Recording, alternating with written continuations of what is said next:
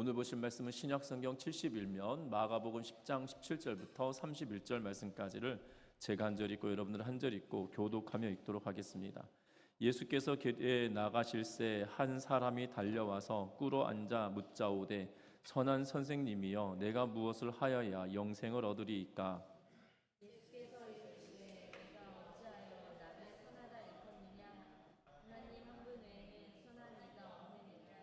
내가 계명을 안 하니 살인하지 말라, 간음하지 말라, 도둑질하지 말라, 거짓 증언하지 말라, 속여 빼앗지 말라, 내 부모를 공경하라 하였느니라.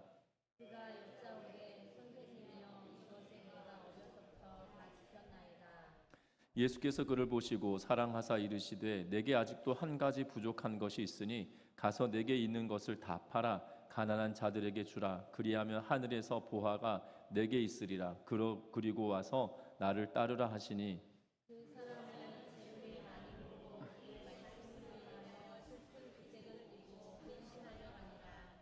예수께서 둘러보시고 제자들에게 이르시되 재물이 있는 자는 하나님의 나라에 들어가기가 심히 어렵도다 하시니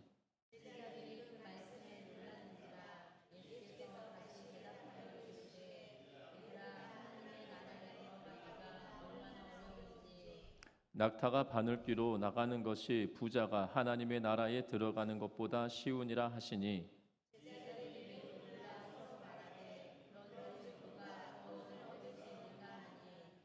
예수께서 그들을 보시며 이르시되 사람으로는 할 수 없으되 하나님으로는 그렇지 아니하니 하나님으로서는 다 하실 수 있느니라.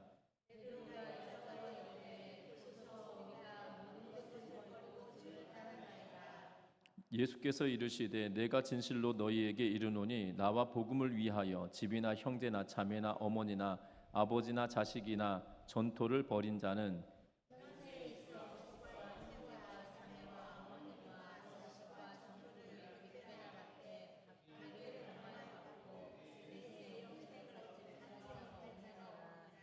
같이 읽습니다.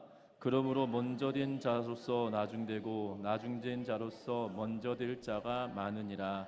아멘. 우리 서로 인사 나누고 말씀 나눕니다. 사랑하고 축복합니다.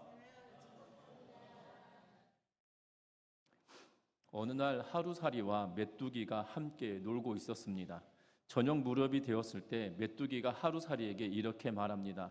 오늘은 그만 놀고 우리 내일 다시 만나서 놀자라고 이렇게 이야기하자 하루살이가 메뚜기에게 이렇게 묻습니다. 내일이 뭔데? 라고 묻습니다. 캄캄한 밤이 지나면 밝은 날이 오는데 그게 내일이야 라고 메뚜기가 하루살이에게 자세히 설명해 주었습니다. 그런데 하루살이는 이 메뚜기가 하는 말을 도무지 이해할 수가 없었습니다. 이 메뚜기는 어느 날 개구리와 더불어 즐겁게 놀고 있었습니다.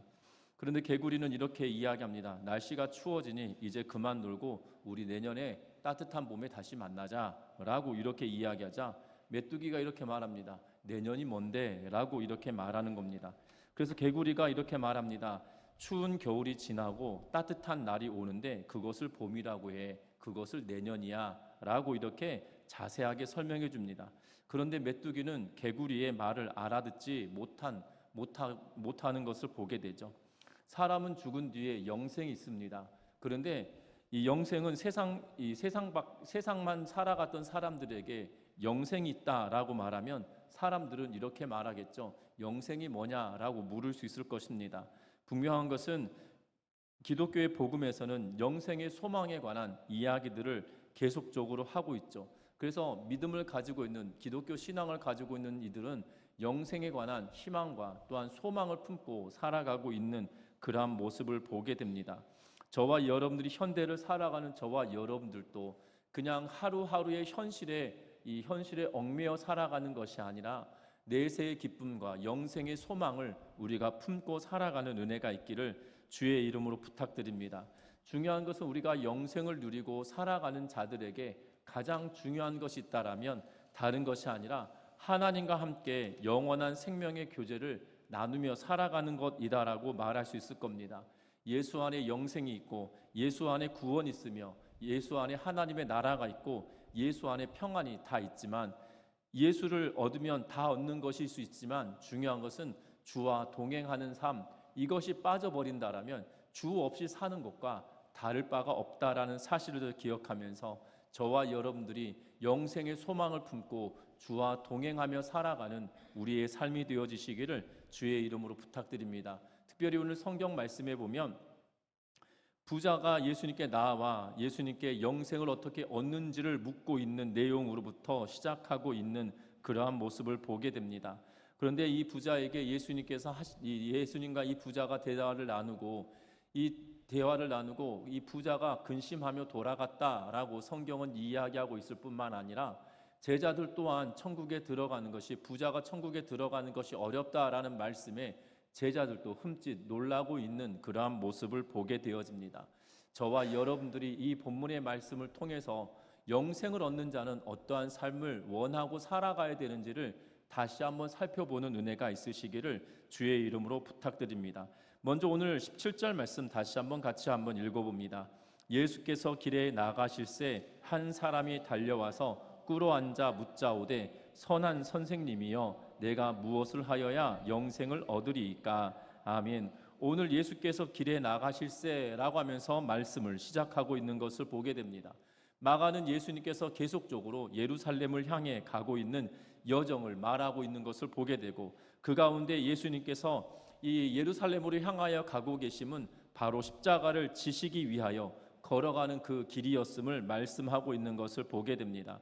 이러한 상황에 예수님께서는 지속적으로 제자의 삶은 어떠한 삶을 살아가는 것인지에 대하여 말씀하고 있는 것을 보게 되고 오늘은 한 사람이 예수님께 나와 무릎을 꿇고 예수님께 묻는 그러한 모습을 보게 되죠.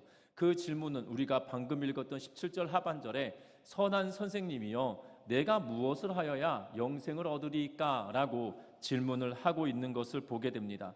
이 부자도 예수님을 따르는데 진지한 관심을 가지고 있었던 걸로 보여지고 내가 무엇을 하여야 영생을 얻으리까? 라는 질문을 던진 이 부자는 전제된 생각이 먼저 있는데요. 그것은 다른 것이 아니라 하나님의 은혜를 얻은 백성은 최종적으로 하나님의 은혜에 대하여 하나님의 은혜에 대한 백성의 신실한 반응이 곁들여져야 됨을 말하고 있는 것을 보게 됩니다.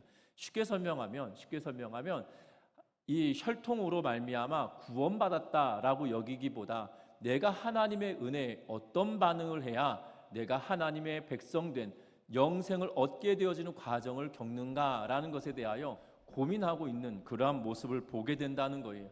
여러분들 이스라엘 백성들은 무조건 하나님의 백성 되었고 영생을 얻게 된다라고 생각하는 사람이었다라면 예수님께 나와서 선한 선생님이여 내가 어떻게 하여야 영생을 얻으리까라는 질문을 하지 않았을 것입니다.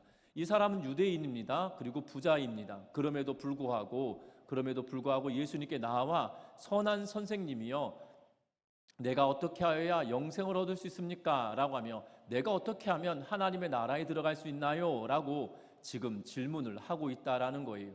혈통으로 말미암아 유대인 되었지만 혈통으로 인하여서 하나님 백성 되고 하나님 나라에 들어간다라는 사실을 이미 그것을 들어간다는 사실들을 부정하고 내가 어떠한 삶을 살아야 하나님의 나라에 들어갈 수 있는가라는 것에 대하여 고심하고 있던 인물로 보여진다는 거예요. 여러분들 1세기를 살아갔던 유대인들에게 있어서만큼은 혈통적으로 유대인들은 구원받는다라고 생각하는 것이 다반사였습니다. 당연한 일 아니겠습니까? 나는 하나님의 백성 되었다. 그러기에 내가 하나님 백성 되었기에 내가 하나님 나라에 간다. 죄송합니다. 하나님 나라에 들어간다라는 것은 그냥 등식입니다. 똑같은 말이에요. 내가 하나님의 백성이니까 하나님 나라에 들어가는 거 당연한 일일 겁니다. 그런데 그렇게 생각하지 않고 있다는 거예요. 그런데 염두에 두어야 될 것은 유대인들에게 있어서 1세기 살아갔던 유대인들에게 있어서 부라고 하는 것이 굉장히 중요합니다. 왜냐하면 하나님의 택한 백성은 하나님께서 그에게 복을 주시는데 물질의 복을 허락하여 주신다라는 생각이 그들에게 굉장히 컸던 걸로 보여집니다. 왜냐하면 이스라엘 백성들의 혈통적인 이 조상이 누구입니까? 아브라함입니다. 이 아브라함은 막대한 부를 가지고 있었던 인물로 보여집니다. 우리는 창세기를 읽을 때 이 아브라함이 엄청난 부를 축적하고 있음을 우리는 이 망각해 버리죠. 그냥 성경을 읽다 보면 맨날 아브라함 이야기 나오고 사라 이야기 나오고 그냥 두 명에 관한 이야기, 그리고 그 아들에 관한 이야기, 또한 이 아브라함이 사라 외에 하갈에 관한 이야기, 이렇게 이야기를 하고 그가 어떤 부유함을 가지고 있었는지에 대하여 상세하게 설명하지 않고 있는 것을 보게 된다는 거예요. 그래서 우리는 착각합니다. 아브라함은 그냥 평범한 나 같은 사람일 거야 라고 생각하죠. 그래서 나 같은 사람인데 뭐 부유하겠어 라고 생각합니다. 그런데 여러분들 잘 아셔야 되는 것은 창세기 15장에 보면 아브라함이 전쟁을 치르게 되는데요. 14장에 보면 전쟁을 치르게 되어지는데, 이 전쟁을 치르는데 아브라함이 길렸던 318명의 가병, 다시 말하면 그 가족을 지키는 병력이 318명이 되었다라고 이야기하고 있는 것을 보게 되죠. 다시 말하면 아브라함은 혼자 살았던 것이 아니라 이 아브라함과 이삭과 야곱과 요셉을 두고 뭐라고 표현하면 족장이다라는 표현을 쓰고 있어요. 한 부족의 장입니다. 그래서 그에게 딸린 식구가 꽤 많다라는 거예요. 여러분들 제 수하에 318명의 직원이 있는 회사를 꾸린다고 생각해 보십시오. 그러면 그 회사는 얼만큼의 매출을 올려야 318가정을 먹여 살릴 수 있을까요? 그렇게 생각해 보시면 이 아브라함은 어느 정도의 부를 가지고 있는지 대략 생각할 수 있을 겁니다. 여러분들이 속해 있는 직장이나 여러분들이 속해 있는 그런 사업장들, 아니면 내가 농사를 지을 때 318명의 가족을 건사할 수 있는 농장을 꾸리고 있다라고 생각해 보면 여러분들 내가 어느 정도의 땅을 소유해야 318가정을 먹여 살릴 수 있고 그들에게 월급도 주고 또한 이 상여금도 주고 또 농사를 잘 지어서 풍년이 되면 물건을 잘 팔면 뭐도 해야 되겠습니까? 그들에게 성과급도 주고 이래야 되지 않겠습니까? 안 그러면 악덕기업주라고 하지 않겠습니까? 아무리 농장이더라도 내 안에 속해 있는 직원이다라면 그렇게 하는 것이 마땅한 일이겠죠. 분명한 것은 그렇게 계산해 보면 아브라함은 꽤 많은 부를 가지고 있는 인물입니다. 그의 아들 이삭은 아버지의 재물을 고스란히 물려받았을 뿐만 아니라 그랄 땅에 갔을 때 하나님께서 그에게 뭐라 표현하시냐면 거부가 되게 하셨다라고 성경은 이야기합니다. 우리는 거부다라는 표현을 쓸 때 어떤 사람을 두고 거부다라고 이야기를 할까요? 여러분들 주변에 거부라고 불려지는 만한 부유함을 가지고 계신 분이 몇이나 있으십니까?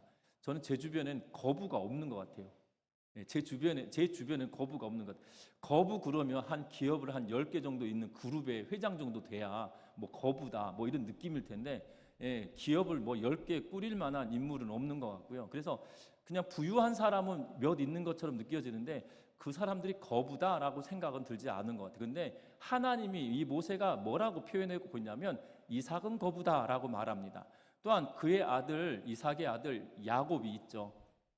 야곱이 있는데 그 야곱도 홀몸으로 밧단 아람에 가서 어마어마한 부를 축적하여서 고향 땅으로 돌아옵니다. 뿐만 아니라 아브라함으로부터 물려받았던 그 이삭이 가지고 있던 재산을 누구에게 줬을까? 여러분 궁금하지 않으십니까? 제가 너무 세속적인 것 같습니다. 왜냐하면 이 말씀 준비하면서 생각해 봤어요. 아브라함은 상속세를 내고 이삭에게 재물을 줬을까?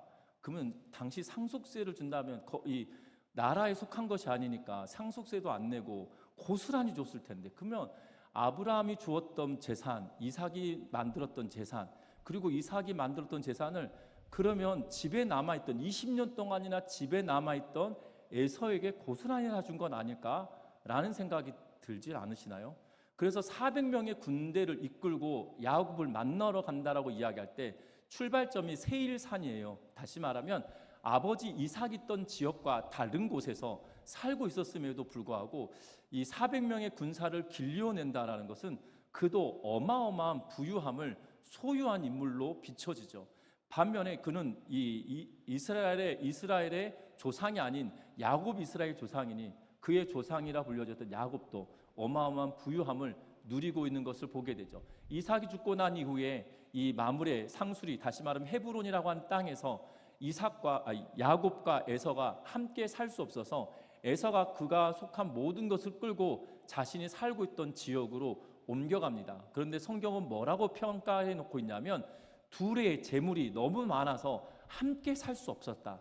헤브론이라고 하는 이 지역에 헤브론이라고 하는 그 성읍에 둘의 재산이 얼마나 많은지 함께 할 수 없어서 에서가 그의 재산을 가지고 떠났다라고 성경은 표현하고 있습니다. 그만큼이나 야곱의 재산도 어마어마했죠.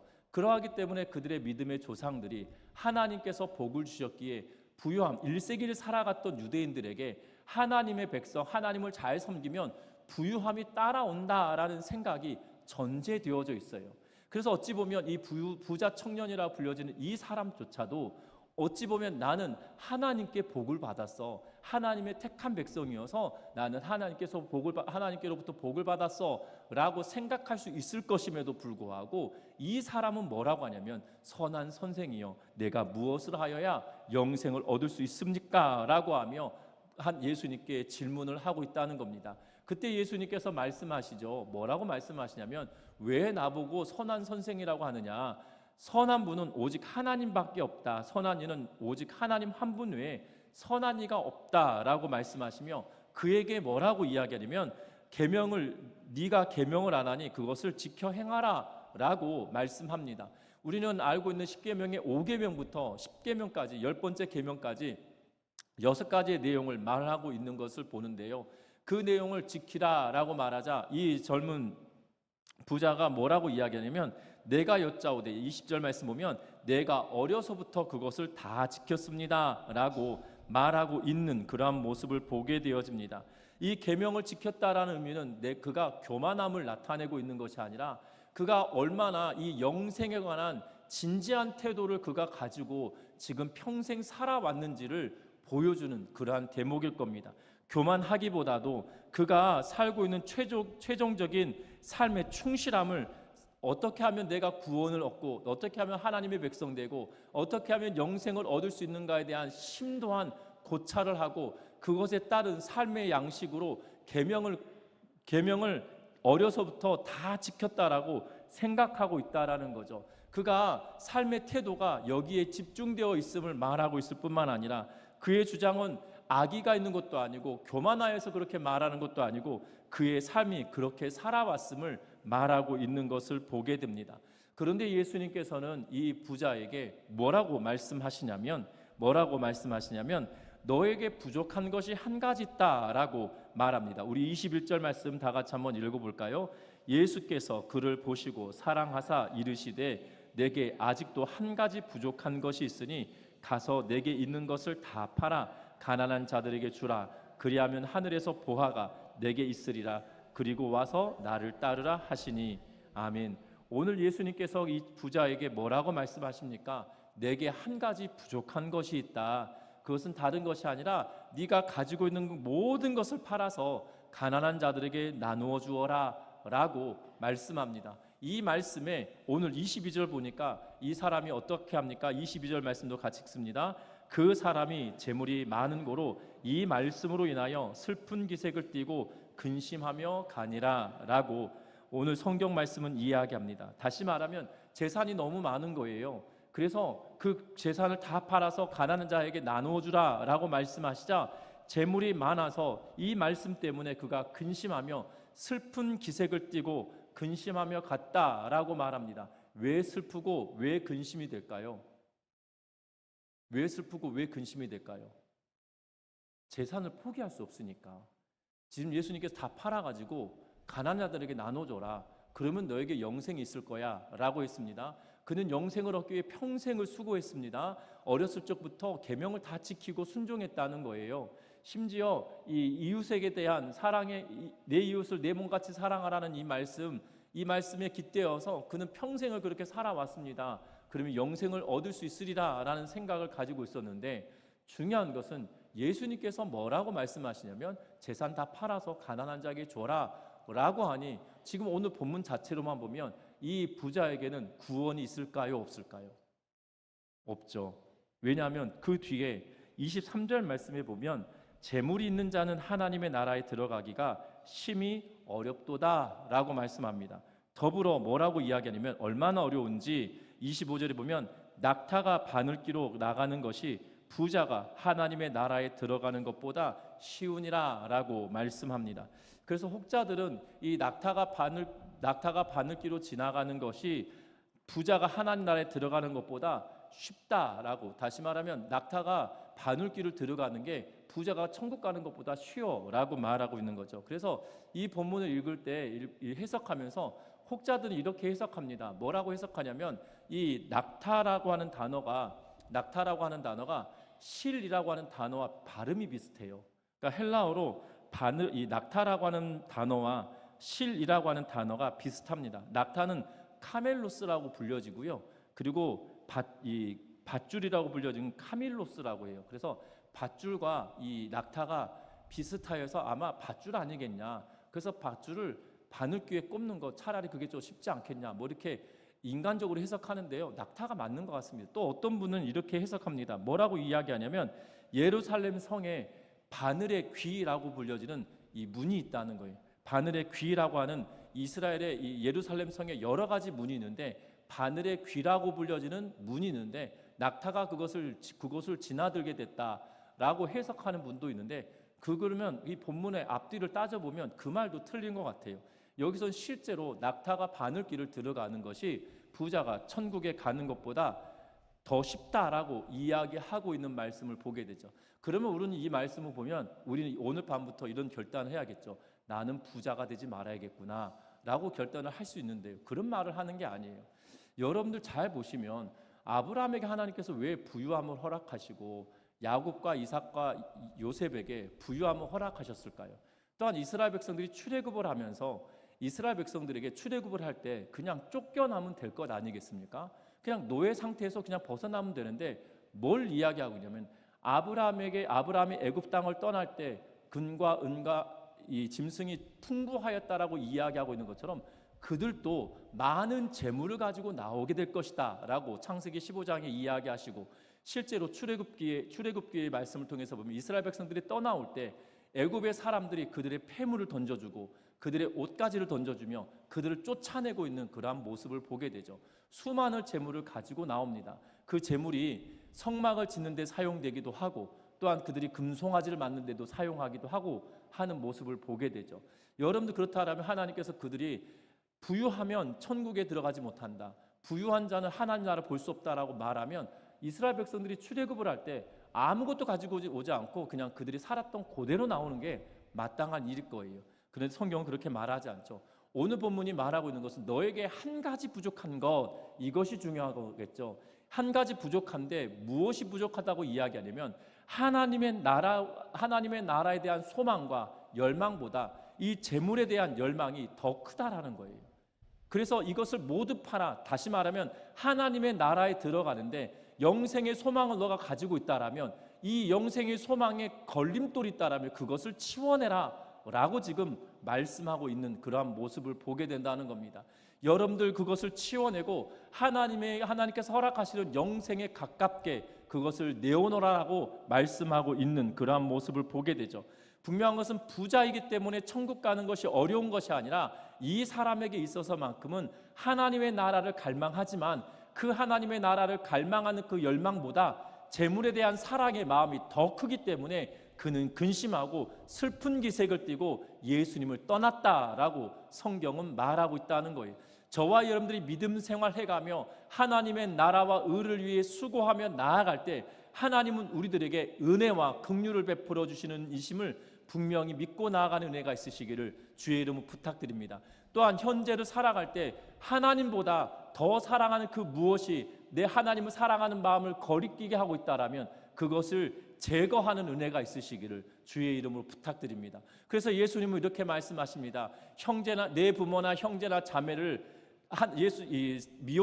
미워하라라고 성경은 표현하고 있는데요, 그것은 단순히 그들을 미워해라, 그들을 멀리하라 이런 의미가 아니라 우선순위를 다시 정립하라 라는 의미로 더 사랑할 것에 대하여 말씀하는데, 누구를 더 사랑하느냐? 하나님을 사랑하라고 이야기하고 하나님을 사랑한 만큼 이웃을 사랑하라고 말씀하고 있는 그러한 모습을 보게 됩니다.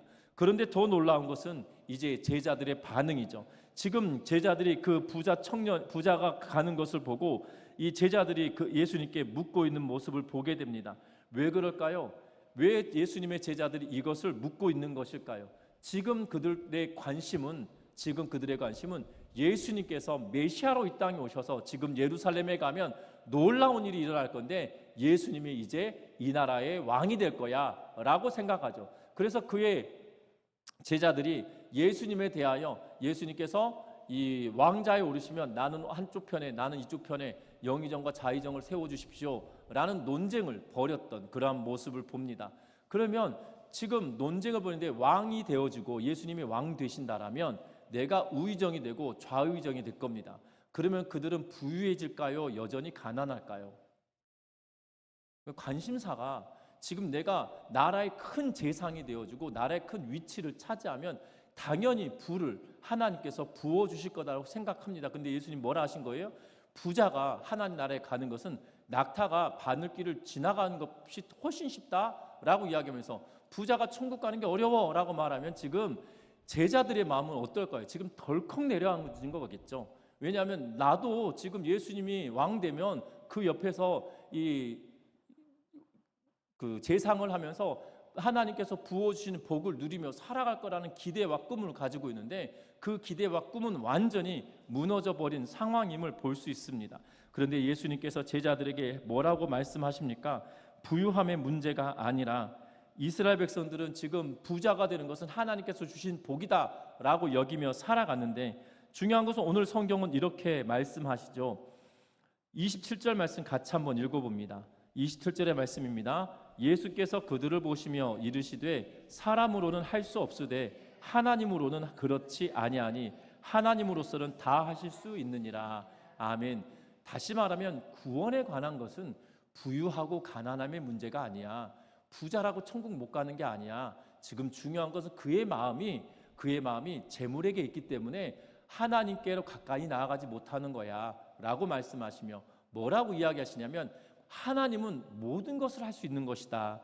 사람으로 할 수 없는 것은 하나님이 행하시는 분이시다 라고 말씀하시죠.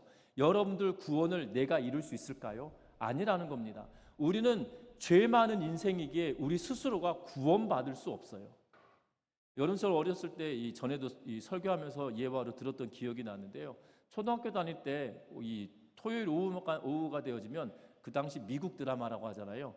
이 타잔이 이 드라마의 오후가 되면 한 4시 5시쯤 되면 타잔을 했던 기억이 납니다. 그러면 저녁 식사할 때쯤 되었던 걸로 기억이 되거든요. 그러면 TV를 보다가 밥숟가락을 들고 TV를 보다가 저희 아버지가 갑자기 TV를 꺼버리시는 거예요.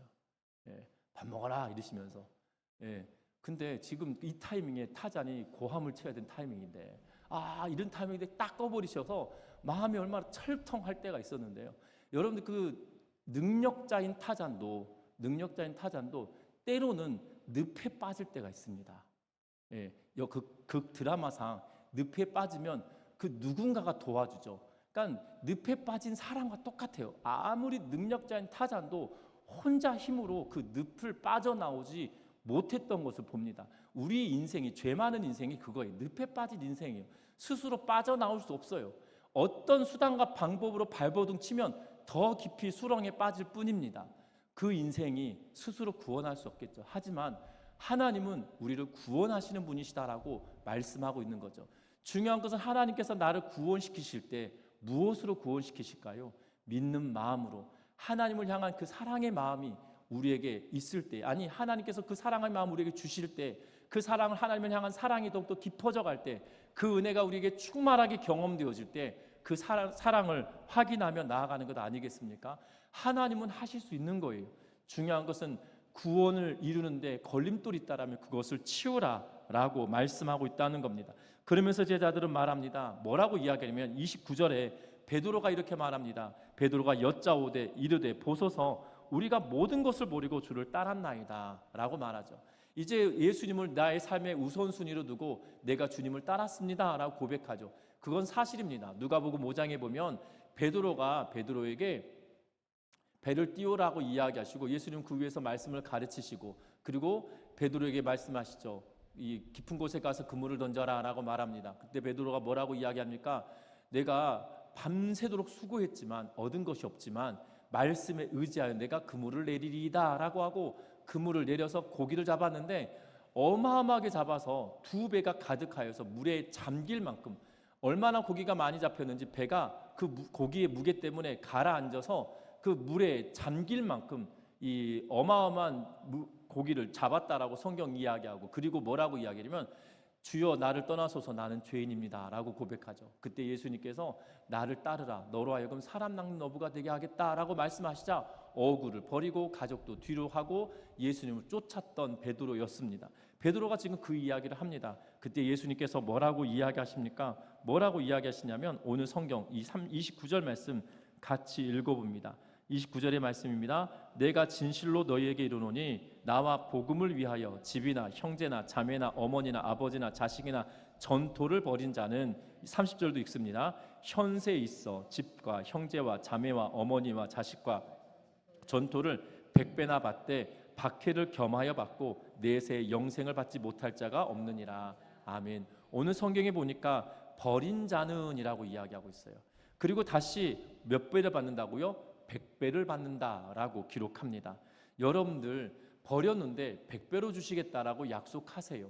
그런데 중요한 것은 여기서 버렸다는 것은 내팽겨쳤다, 이 버려버렸다 이런 의미가 아니죠. 하나님보다 더 사랑하지 않고 이들보다 하나님을 더 사랑하는 마음을 이야기하고 있는 그러한 모습을 보게 됩니다. 그런데 오늘 본문의 그 보상에 한 가지 말을 덧붙여 말하죠. 너희가 100배를 받은 만큼 너희에게 박해도 있을 거야 라고 이야기하고 계시는 그러한 모습을 보게 됩니다. 믿음으로 살아갈 때 항상 꽃길만 걷는 것이 아니라 우리에게 어려움의 문제가 있을 수 있습니다. 그러나 하나님을 더 사랑하는 마음을 가지고 저와 여러분들이 그 하나님을 중심으로 내 삶을 움직이며 하나님을 기쁘시게 하는데 우리의 인생을 내어 맡기며 살아가는 믿음의 백성들 되셔서 정말 하나님께서 주시는 복을 이 땅에서도 받고 하나님 나라에서도 누리며 살아가는 우리 전미중앙교회 모든 성도님들 되시기를 주의 이름으로 부탁드립니다. 그래서 하나님이 주신 은혜를 누리며 살아가는 은혜가 있기를 바라요. 저는 기도합니다. 저는 아버지보다 출발선이 한 100걸음 더 앞서 있는 것 같아요. 아버지는 41살에 목사 안수를 받으시고 이 목회를 시작하셨지만 저는 36에 목사 안수를 받았거든요. 어찌 보면 저는 이 목사 안수 좀 늦게 받고 싶었는데요. 그 이유는 다른 게 아니라 목사 안수 딱 받으면 바로 담임 목사님 되는 줄 알았어요. 그래가지고 순진하게 그래서 30대 초반에 목사 안수 받고 담임 목사님 나가면 안 되겠다 해가지고 늦게 받겠다라고 생각을 했는데 현실은 그게 아니더라고요. 중요한 거는 이 아버지보다 100걸음 앞서 있는 것 같다. 출발점이 그런 것 같다는 생각이 들어요. 그래서 제 자녀들을 위해서 기도합니다. 하나님, 저보다 제 딸들이 하나님을 더 사랑해서 하나님께서 주신 복을 저보다 100걸음도 앞서 받게 해주십시오 라고 기도하거든요. 여러분들도 그렇게 같이 기도하는 은혜가 있으셨으면 좋겠습니다. 내가 내 인생을 살아갈 때 하나님께서 나에게 주신 복이 있잖아요. 근데 그 복이 얼마나 큰지 여러분들 아시지 않습니까? 그렇다면 그것이 나에게서만 끝나는 것이 아니라 내 자손들도 하나님을 더 사랑해서 하나님께서 부어주시는 복이 나보다 100배 더 큰 복을 누리며 살아가도록 은혜를 더해 주십시오. 내가 하나님을 사랑하는 것보다 내 자녀들이 하나님을 더 사랑하는 마음을 가짐으로 내 자녀들이 하나님께서 주시는 복을 이 땅에서 받고 살아가게 허락하여 주십시오 라고 기도하며 살아가는 은혜가 있기를 주의 이름으로 부탁드립니다. 전 설교 준비하면서 이 오늘 본문에 이 29절과 30절 말씀에 다른 것이 눈에 들어온 것이 아니라 우리는 그 단어가 없었으면 피부에 와닿지 않을 것 같아요. 형제나 자매나 어머니나 아버지나 자식이나 전토를 벌인 자는 뭐라고 이야기하냐면 형제와 자매와 집과 형제와 자매와 어머니와 자식과 전토를 100배나 받대라는 표현을 쓰죠.